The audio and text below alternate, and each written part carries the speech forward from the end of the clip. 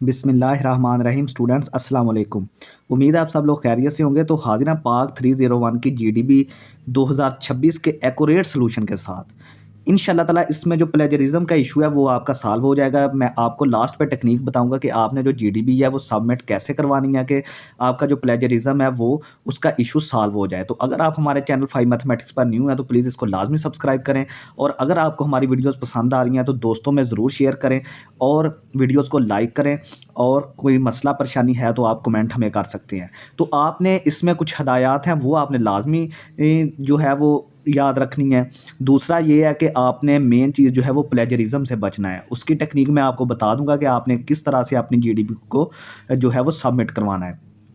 तो इंशाल्लाह ताला ये एक एक्यूरेट सॉल्यूशन है। बाकी मैं आपको जो इंस्ट्रक्शंस है वो बता देता हूँ कि right clear concise and logical response. तो जो आपने आंसर देना है वो क्लियर होना चाहिए, वाजिया, कंसाइज यानी कि टू द पॉइंट होना चाहिए और लॉजिकल होना चाहिए। ये नहीं है कि आप बोंगियाँ मारें कि जहाँ से मर्जी पकड़ के चैट जीपीटी से आप जो है वो सॉल्व करके इसको पोस्ट कर दें। नेक्स्ट आपने है कि अवॉइड रेपिटिशन एंड प्लेजरिज्म। ये सबसे मेन चीज़ होती है कि आपने रेपिटिशन को अवॉइड करना है, रेपिटिशन से चीज़ों की बचना है। कि ये नहीं है कि एक ही फ़िक्रे को आप दोबारा चेंज करके लिखते जाएँ, और प्लेजरिज्म से आपने बचना है। ठीक है, सबसे मेन चीज़ जो है वो प्लेजरिज्म है, जीडीबी में होता है। ठीक है, क्योंकि ये अक्सर बच्चे जो है वो प्लेजरिज्म का शिकार हो जाते हैं, फिर उनको मार्क्स नहीं मिलते, और जीडीबी का जो वेटेज है ना वो बहुत ज़्यादा होता है आपके सेमेस्टर वर्क में। आपका फ़ॉन्ट साइज़ 12 होना चाहिए, और लफ्ज़ जो हैं वो आपके 150 से 200 के दरमियान आपका जो आंसर है वो होना चाहिए, इससे ज़्यादा नहीं। जीडीबी का जो वेटेज है वो 3% है। सेमेस्टर एक्टिविटीज़ में बहुत ज़्यादा वेटेज है, तो इसलिए आपने वीडियो को पूरा देख के अच्छी तरह जो है वो अपना रिस्पांस या आंसर रेडी करना है। तो इसके लिए आपने बुक्स को कंसल्ट करना है, वेबसाइट्स देखें, अदर रीडिंग मटेरियल देखें। ठीक है, अपना रिस्पांस जो है वो सबमिट करने से पहले लास्ट डेट इसकी मंडे 11 मई 2026 तक आपने रात को 12 बजे तक इसको सबमिट करवा सकते हैं। लास्ट पे मैं यही आपको बताना है कि प्लेजरिज्म और रेपिटिशन से बचना है आपने। तो इंशाल्लाह ताला मैं आपको टेक्निक बता देता हूँ जो आपके बहुत ज़्यादा काम आएगी। क्वेश्चन पढ़ते हैं कि क्वेश्चन जीडीपी का क्या है जिसको हमने सॉल्व करना है कि discuss the role of IMF in Pakistan economic stability and development. कि आपने जो आईएमएफ, जिसको इंटरनेशनल मॉनिटरी फंड भी बोलते हैं, आपने उसका जो किरदार है पाकिस्तान की माशी स्टेबिलिटी और डेवलपमेंट यानी कि माशी तरक्की और जो उसकी स्टेबिलिटी है, ठीक है, पाकिस्तान की, उसमें उसका किरदार जो है वो आईएमएफ का, वो आपने बताना है कि आईएमएफ क्या किरदार अदा कर रही है पाकिस्तान की माशी तरक्की और स्टेबिलिटी में। ठीक है, तो इसके आंसर हम देखते हैं। आंसर अब हमने इंशाल्लाह ताला टू द पॉइंट आपने लिखना है, तो आपको ज़्यादा से ज़्यादा मार्क्स मिलेंगे। आंसर ये है कि the international monetary fund IMF जिसको बोलते हैं has played an important role in Pakistan economic stability and development. तो जो आईएमएफ है ये पाकिस्तान की जो माशी और तरक्की जो है उसमें बहुत ज़्यादा अहमियत वाला रोल जो है वो प्ले करती है, बहुत ज़्यादा अहमियत वाला रोल अदा कर रही है पाकिस्तान की तरक्की और स्टेबिलिटी में माशी तौर पर। Pakistan has received financial assistance from the IMF several times to overcome economic crisis. तो जब भी पाकिस्तान को कोई मुआशी मसाइल आते हैं, क्राइसिस आते हैं, तो पाकिस्तान ने काफ़ी दफ़ा जो है वो आईएमएफ से मुआशी मदद जो है वो हासिल की है। बैलेंस ऑफ, जिस तरह के for the balance of payment, जो दूसरे ममालिक को कर्ज़े अदा करने होते हैं उनकी उनकी बैलेंसिंग के लिए।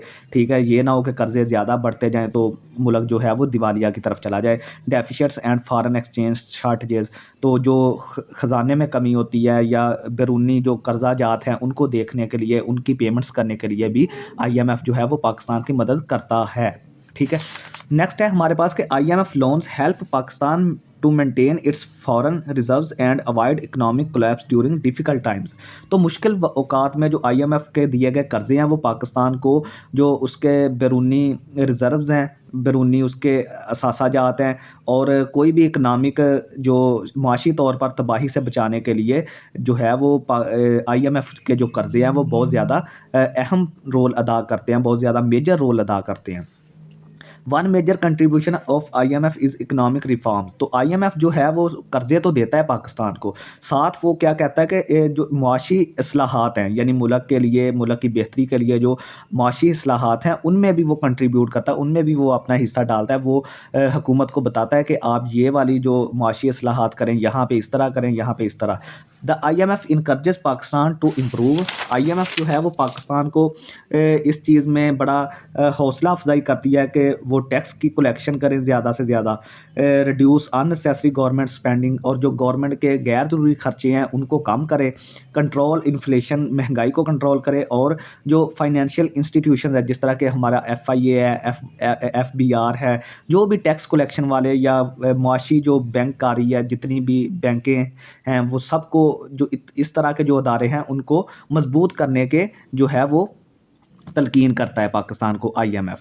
These reforms can help create more stable economy in the long run. तो ये जो रिफॉर्म्स हैं, ये जो इस्लाहात अगर मुल्क में कर दी जाएँ तो इसकी वजह से बहुत लंबे अरसे तक जो माशी स्टेबिलिटी है, माशी तौर पर मुल्क जो है वो स्टेबल हो जाएगा।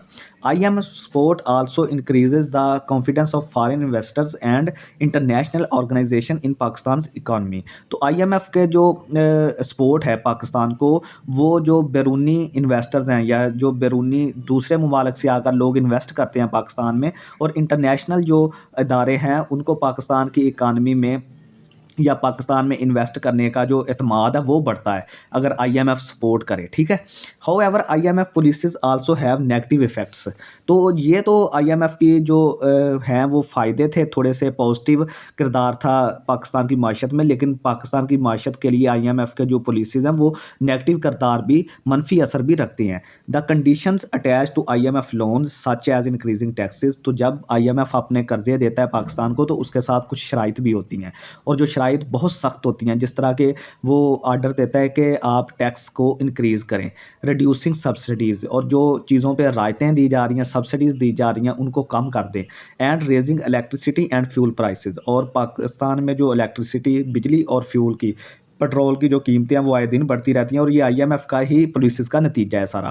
कैन इंक्रीज़ इन्फ्लेशन, और ये सारी चीज़ें क्या कर सकती हैं, महंगाई को बढ़ाती हैं, and create difficulties for common people. और जो आम लोग हैं, जो मज़दूर तबका है, आम जो मिडिल क्लास तबका है, वो इसमें पिस कर रह जाता है, वो इन डिफ़िकल्टीज़ की वजह से उसका जीना मुहाल हो जाता है। नेक्स्ट हमारे पास है कि some time these policies slow economic growth and increase in unemployment. तो ये बाज़ का ये जो पॉलिसीज़ होती हैं ये माशी तरक्की को रोक देती हैं और बेरोज़गारी को बढ़ा देती हैं।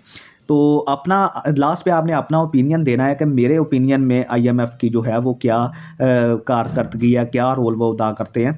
तो in my opinion IMF has both positive and negative impacts on Pakistan. तो पाकिस्तान पर IMF के मनफ़ी और मुस्बत दोनों असरात हैं। ये नहीं है कि सिर्फ़ मुस्बत हैं, या ये नहीं है कि सिर्फ़ मनफ़ी असरात हैं, दोनों किस्म के असरात हैं। While IMF assistance helps Pakistan to manage economic crisis and improve financial discipline.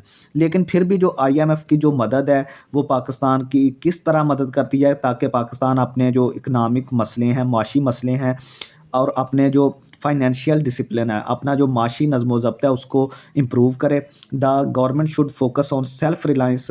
Government को चाहिए, पाकिस्तानी गवर्नमेंट को चाहिए कि वो खुद मुख्तारी की तरफ जाए, अपने आप पे डिपेंड करने की कोशिश करे, ना कि दूसरे ममालिक से जो कर्ज़े ले रहे हैं उन पर अपना जो है वो ज़ेन लड़ाए रखे, उसी पे गुज़ारा करे कि दूसरे ममालिक से कर्ज़ा लेकर ही हमने अपना मुल्क चलाना है। इस तरफ नहीं जाना चाहिए गवर्नमेंट को। अपनी जो बरामदात हैं उसको बढ़ाना चाहिए, ठीक है। तो इंडस्ट्रियल ग्रोथ करनी चाहिए, जो इंडस्ट्रियल कारकर्दगी है उसको बढ़ाना चाहिए, बेटर इकोनॉमिक प्लानिंग और जो अच्छी एक माशी मनसूबाबंदी है वो करनी चाहिए, to reduce dependence on foreign loans in future. ताकि जो नेक्स्ट जो है फ्यूचर में, मुस्तकबिल में जो हम बैरूनी कर्ज़े लेते हैं और बैरूनी कर्ज़ों पर ही हम डिपेंड करते हैं, उससे बचा जा सके।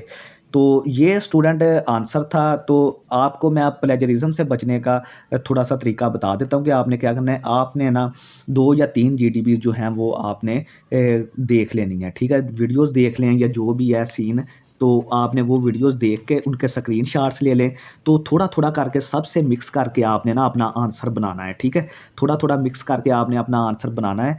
तो इस तरह आप प्लेजरिज्म से बच जाएँगे। अगर आपने मेरे वाली सेम टू सेम कॉपी करके फेंक दी, तो उनको पता चल जाएगा कि ये जी एक ही बंदे ने बनाई हुई है, तो इस तरह करके वो एक आध बंदे को तो मार्क्स मिल जाएँगे, लेकिन बाकी जो है वो प्लेजरिज्म का शिकार हो जाएँगे। तो आपको यही मशवरा है कि आप 2-3 वीडियोज़ देखें, उनको मिक्स करके थोड़ा बहुत उनको चेंजिंग करके थोड़ी-सी चैट जीपीटी से हेल्प लें, थोड़ी-सी गूगल से हेल्प लें, तो इस तरह करके आप अपना जो आंसर है ना, वो रेडी करें। फिर मैं आपको एक और तरीका बता देता हूँ कि आंसर जो है ना, वो पहले पोस्ट करने से पहले किसी कॉपी या पेज पर लिख लें आप। जो आपने पोस्ट करना है ना, जो आपने उधर टाइप करना है, वो आप सबसे मिला-जुला कर, सबसे थोड़ा-थोड़ा आंसर इकट्ठा करके आप वहाँ पे लिख लें। इस तरह करके आप जो है वो इंशाल्लाह ताला अच्छे मार्क्स हासिल कर लेंगे। तो अगर आपने अभी तक चैनल को सब्सक्राइब नहीं किया, तो प्लीज़ इसको लाज़मी सब्सक्राइब करें। दूसरा, वीडियोज़ को लाज़मी हमारी शेयर करें। बहुत शुक्रिया स्टूडेंट्स, अल्लाह हाफ़िज़।